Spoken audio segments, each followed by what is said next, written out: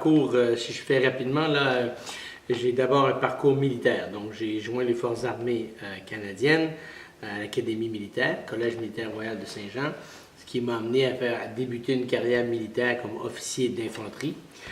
Suite à quoi j'ai eu l'opportunité de faire des études de droit subventionnées au sein des Forces armées. Études de droit qui m'ont fait devenir avocat militaire.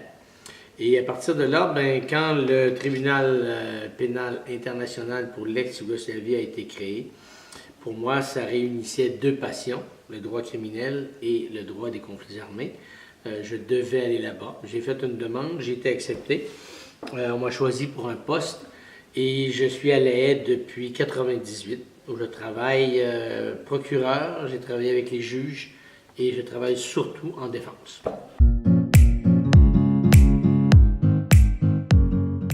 Je pense que j'ai à l'intérieur de moi, vraiment profond, j'ai une soif de justice et une haine pour l'injustice. Et ça, je l'ai depuis que je suis petit. Je ne peux pas tolérer l'injustice, c'est mon combat. Alors moi, je me bats pour la justice et je combats l'injustice.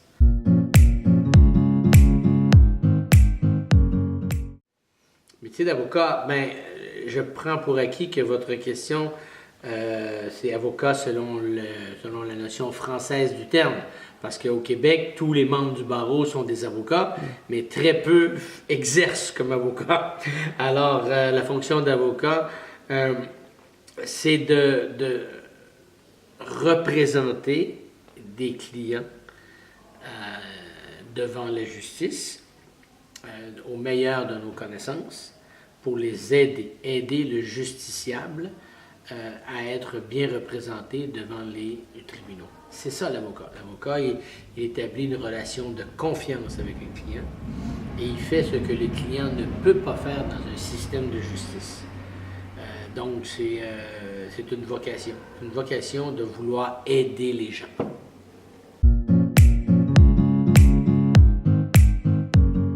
Beaucoup. C'est un danger qui nous guette à tous les jours. Le premier procès que j'ai fait à La Haye, c'était un procès d'un général bosniaque avec qui j'ai beaucoup travaillé. Et plus on travaille avec une personne, plus on développe des affinités, plus on développe une relation qui devient une amitié. Tout avocat devrait éviter un lien d'amitié avec un client. Mais la nature des procès à La Haye étant ce qu'elle est, c'est très difficile d'éviter ce lien d'amitié. Et là, c'est dangereux parce qu'après ça, à chaque fois que l'accusé est pris à partie dans la salle d'audience, c'est comme si moi j'étais attaqué. C'est comme si moi j'étais victime de ce qui se passe dans la salle d'audience. Et ça c'est un grand risque parce que ça fait perdre l'objectivité. Et un avocat doit rester objectif.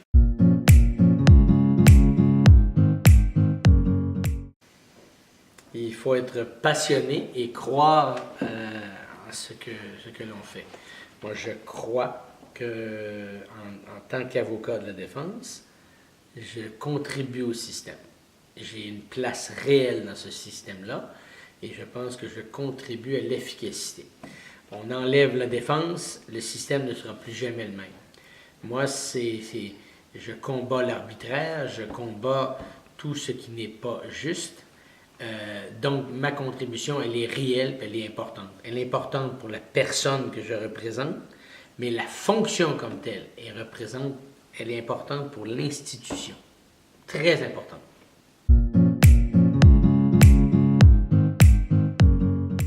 Conseil, faites des concours de plaidoirie, venez faire un stage à La Haye.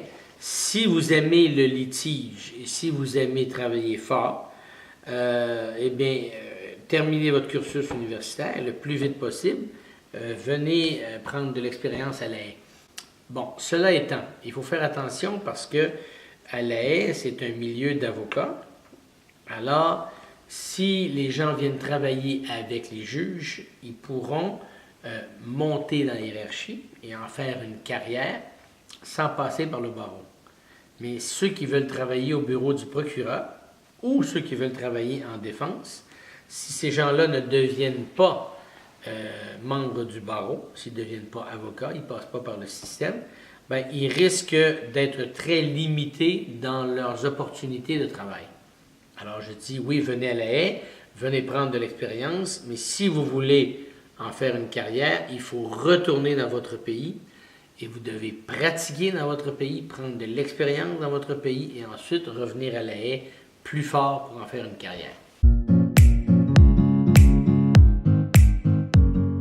Ouais, ils ont été très patients avec moi. C'est une longue journée.